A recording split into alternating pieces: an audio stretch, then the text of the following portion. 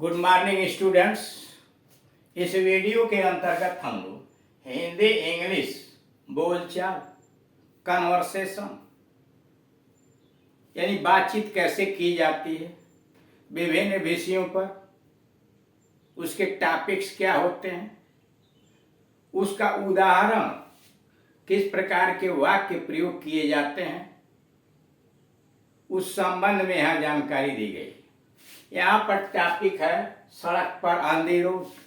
सड़क पर दो मित्र मिलते हैं, राम और श्याम। उनके बीच कैसे वार्ता चल रही है, उस संबंध में यहाँ जानकारी दी गई है। इसके कुछ भाग इसके पिछले वाले वीडियोस के अंतर्गत समझाए जा चुके हैं, उसके आगे से यहाँ से जारी किया गया है।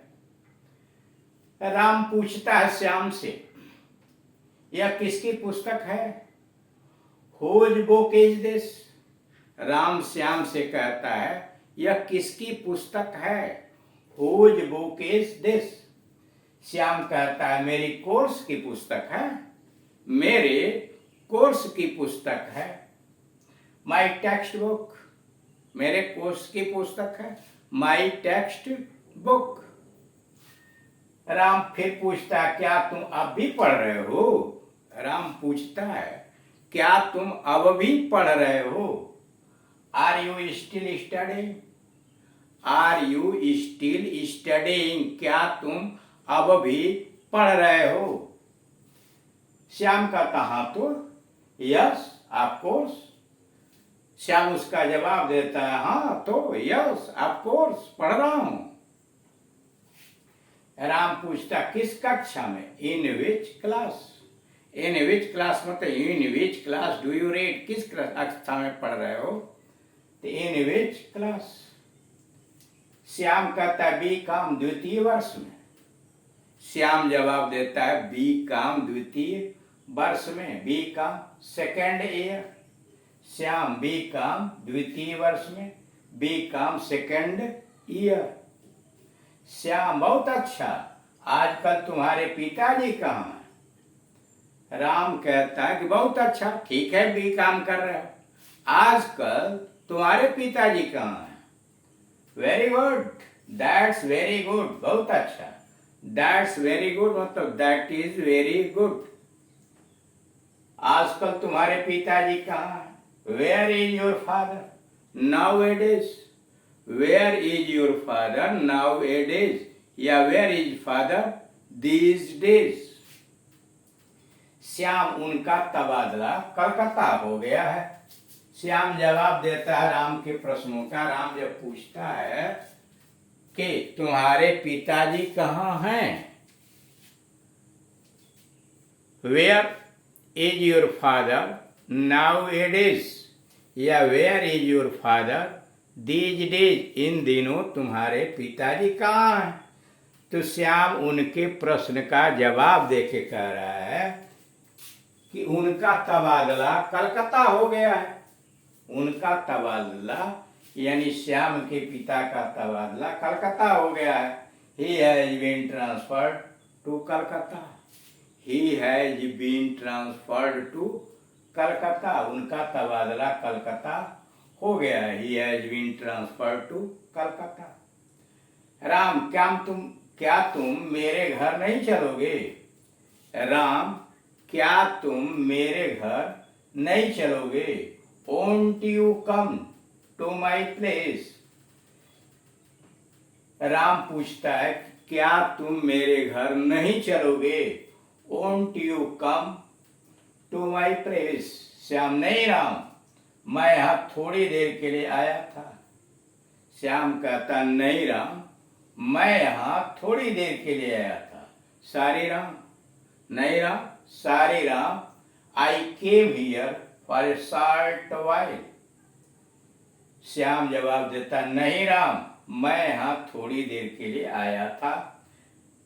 सारी Ram, I came here for a short while and want to get home fast, और जल्दी ही घर जाना चाहता हूँ। आई वांट और चाहता हूँ, टू गेट होम और मैं चाहता हूं कि जल्दी घर चला जाऊं। मैं आया था।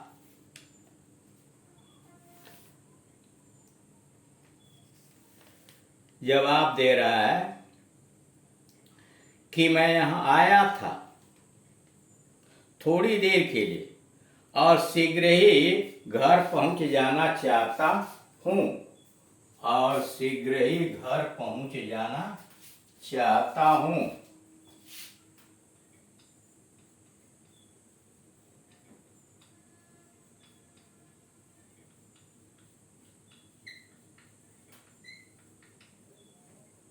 ठीक। श्याम ने जवाब दिया, नहीं राम, मैं यहां थोड़ी देर के लिए आया था, शीघ्र ही घर पहुंच जाना चाहता हूं। Sorry Ram, I came here for a short while. Sorry Ram, I came here for a short while and want to get home fast. And want to get home fast. Ram कहता, चलो आओ उस होटल में एक कप चाय ही पी जाए। चलो आओ उस होटल में एक कप चाय हो जाए।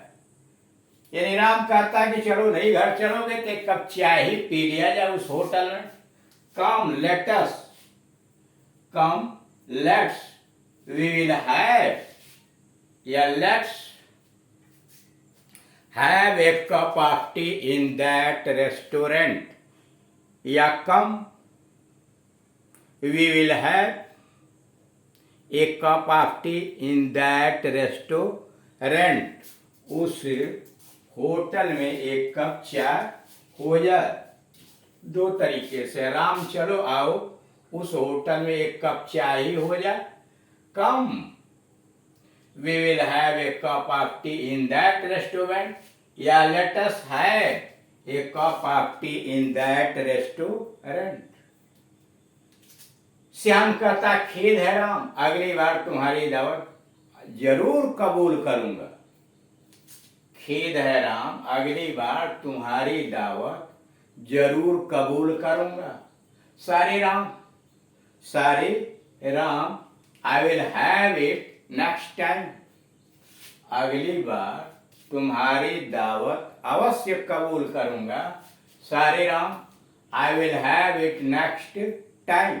I will have it next time. Ram, ठीक है, अगली बार कोई बहाना नहीं चलेगा। राम जवाब देता, ठीक है, अगली बार कोई बहाना नहीं चलेगा। Very well done, no excuse next time. अगली बार कोई बहाना नहीं चलेगा। वेरी वेल डन, तब ठीक है। नो एक्सक्यूज, एक्सक्यूज बहाना, नेक्स्ट टाइम, बाय बाय, नमस्ते। श्याम कहता, नमस्ते बाय बाय कहिए, सी यू अथवा सो लॉन्ग, सो लॉन्ग। अब आइए अगला टॉपिक, बस स्टॉप पर कैसे बातचीत होती है।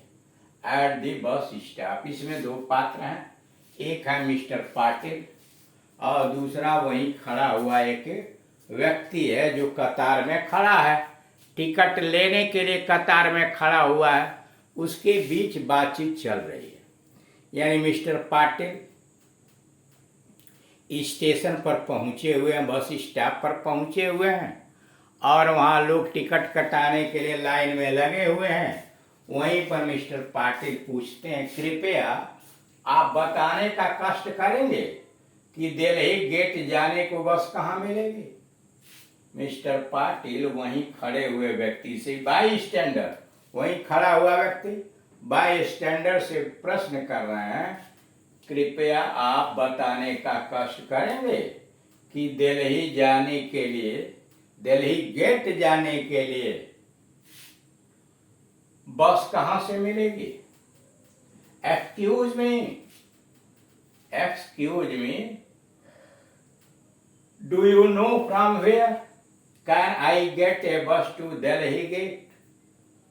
एक्सक्यूज मी, क्षमा करें, do you know from where can I get a bus to Delhi gate. Where can I get a bus from to Delhi gate? वहीं खड़ा हुआ व्यक्ति जवाब देता है बाई स्टैंडर। यहाँ से बस सब बसें वहीं जाती हैं।